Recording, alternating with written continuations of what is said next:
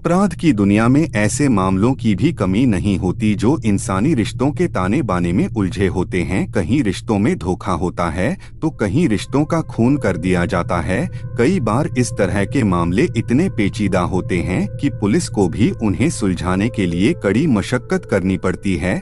ऐसा ही एक मामला आज से 10 साल पहले यूपी के मेरठ से सामने आया था, जहां एक कमसिन लड़की का खून हुआ था और जब पुलिस ने कातिल का खुलासा किया था तो हर कोई हैरान रह गया था। क्राइम कथा में आज कहानी उसी सनसनीखेज कत्ल की जानेंगे पूरी कहानी, लेकिन उससे पहले मेरा नाम है आजाद। आप देख रहे हैं पॉजिटिव क्राइम पॉडकास्ट। अगर आप चैनल पर नए हैं तो चैनल को सब्सक्राइब और बेल आइकन दबा दीजिएगा ताकि इस तरह की कहानी आप तक जल्दी पहुंच सके। तो चलिए कहानी शुरू करते हैं। सर्दियों का मौसम था। दोपहर के तकरीबन 12 बज रहे थे। मेरठ के नौचंदी पुलिस थाने में रोज की तरह काम चल रहा था। कुछ फरियाद अपनी फरियाद लेकर थाने में मौजूद थे। कुछ लोगों से पुलिस वाले बात कर रहे थे। थाने का मुंशी अपनी लिखा पढ़ी में मसरूफ था। तभी थाने के फोन की घंटी बज उठती है। चंद सेकंड फोन घनघनाता है और तभी लपक कर एक सिपाही फोन उठाता है। दूसरी तरफ से किसी महिला की आवाज आती है। वो थाने के सिपाही को अपना परिचय देने के बाद बताती है कि अस्पताल में एक लड़की को संदिग्ध अवस्था में मृत लाया गया है। आप आकर छानबीन कर सकते हैं, लाश मोर्चरी में है। ये सुनते ही सिपाही फोन रखता है और थाना प्रभारी को दौड़कर इस बात की जानकारी देता है। इसके बाद बिना देर किए पुलिस की टीम अस्पताल की तरफ रवाना हो जाती है। महज 15 से 20 मिनट में पुलिस अस्पताल पहुंचती है। पहले पुलिस अस्पताल की इमरजेंसी में जाती है, जहां से पुलिस थाने में कॉल की गई थी। फिर पुलिस की टीम मोर्चरी पहुंचती है, जहां पुलिस के सामने थे एक लड़की की लाश, जिसकी उम्र करीब 23 साल थी। लड़की का नाम प्रीति था। वो मेरठ के शास्त्री नगर की रहने वाली थी। पुलिस सबसे पहले लाश का मुआयना करने वाले डॉक्टरों से बात करती है। अस्पताल में उस वक्त ड्यूटी पर तैनात डॉक्टर पुलिस को बताते हैं कि ऐसा लग रहा है कि लड़की का कत्ल उसका मुंह दबाकर किया गया है।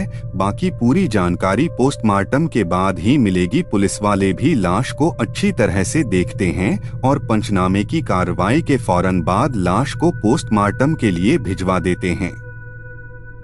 इसके बाद पुलिस लड़की के बारे में और जानकारी जुटाती है। छानबीन शुरू करते ही पुलिस को पता चलता है कि उसकी लाश उसी के घर के बाथरूम में मिली थी। उसका सिर एक पानी से भरे प्लास्टिक टब में डूबा हुआ था। ये जानकारी मिलने के बाद पुलिस की टीम 23 साल की प्रीति के घर पहुंचती है। वहां मीडिया वाले भी पुलिस के पीछे पीछे आ जाते हैं। वहां पुलिस को पता चलता है कि प्रीति एम.कॉम की छात्रा थी, साथ ही वो यूपीएससी की तैयारी भी कर रही थी।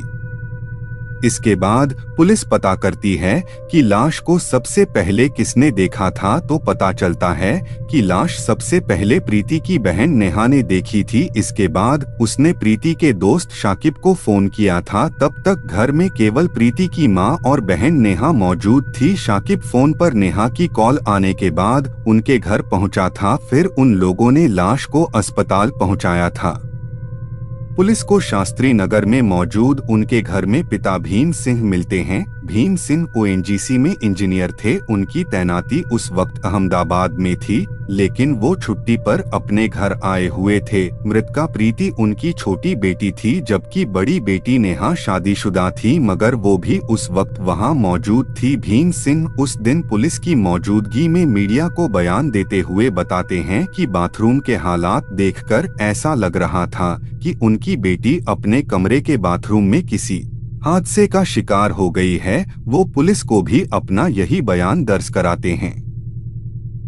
इस दौरान पुलिस प्रीति के कमरे ही नहीं बल्कि उनके पूरे घर की छानबीन करती है। बाथरूम से सुराग और सबूत जुटाने की कवायद की जाती है। फॉरेंसिक टीम के लोगों की मदद भी ली जाती है, मगर वहां से पुलिस को ना तो कोई सुराग मिलता और ना ही सबूत। बस पुलिस के पास होता है वो प्लास्टिक का टब जिसमें प्रीति का सिर डूबा हुआ था।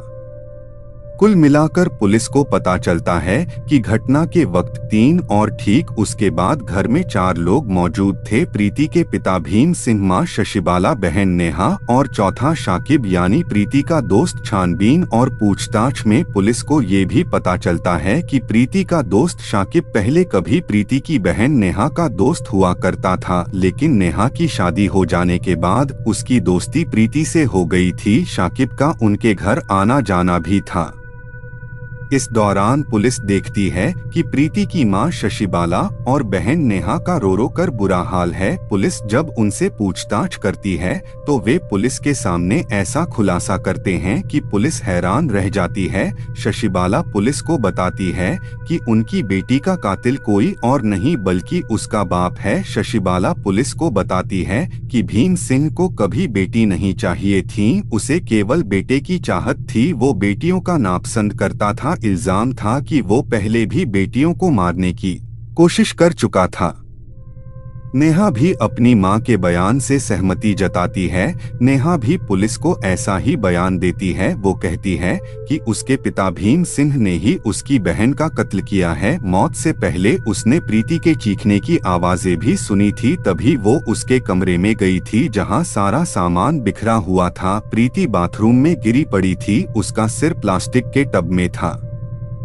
अब पुलिस शाकिब से पूछताछ करती है। शाकिब पुलिस को बताता है कि वारदात के वक्त वो वहां मौजूद नहीं था, नेहा ने उसे कॉल करके वहां बुलाया था। वो पुलिस को बताता है कि प्रीति की मौत कोई हादसा नहीं बल्कि कत्ल है, जिसे उसके पिता भीम सिंह ने ही अंजाम दिया है। पुलिस घर में मौजूद कई रिश्तेदारों से भी बात करती है और उस वक्त हैरान रह जाती है जब सभी भीम सिंह पर ही हत्या का शक जताते हैं। अब मृतका का पिता भीम सिंह पुलिस के रडार पर आ जाता है।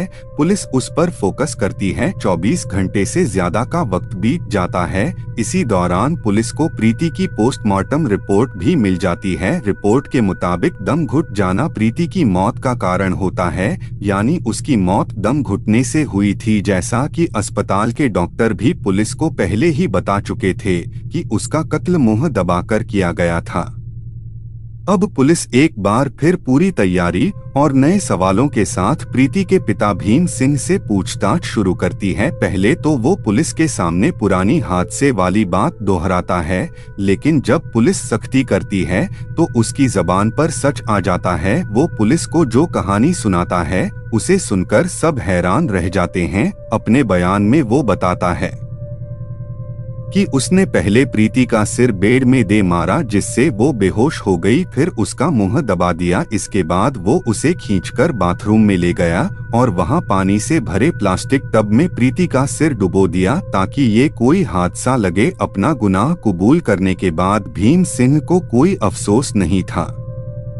भीम सिंह पुलिस को बताता है कि वो छुट्टी लेकर अपने घर आया हुआ था। वो अपनी बेटियों से खुश नहीं था। उसे बेटियों को लड़कों से दोस्ती करना भी बिल्कुल पसंद नहीं था। यही वजह थी कि वो शाकिब को भी पसंद नहीं करता था, लेकिन उसका उनके घर में आना जाना था। उसे ये बात बहुत अखरती थी। उसने कई बार अपनी बेटी और पत्नी को भी ऐसा करने से मना किया था।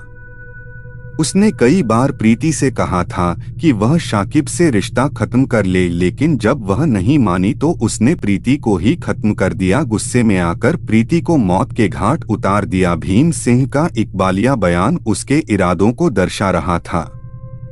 इसके बाद पुलिस ने तमाम पहलुओं और भीम सिंह के बयान की तस्दीक की और फिर 14 जनवरी 2013 को इस मामले का खुलासा किया, जिसे जानकर हर कोई हैरान था। आरोपी भीम सिंह को अदालत में पेश किया गया, जहां से उसे जेल भेज दिया गया। इससे पहले पुलिस ने मौकाए वारदात पर जाकर क्राइम सीन भी रिक्रिएट किया था।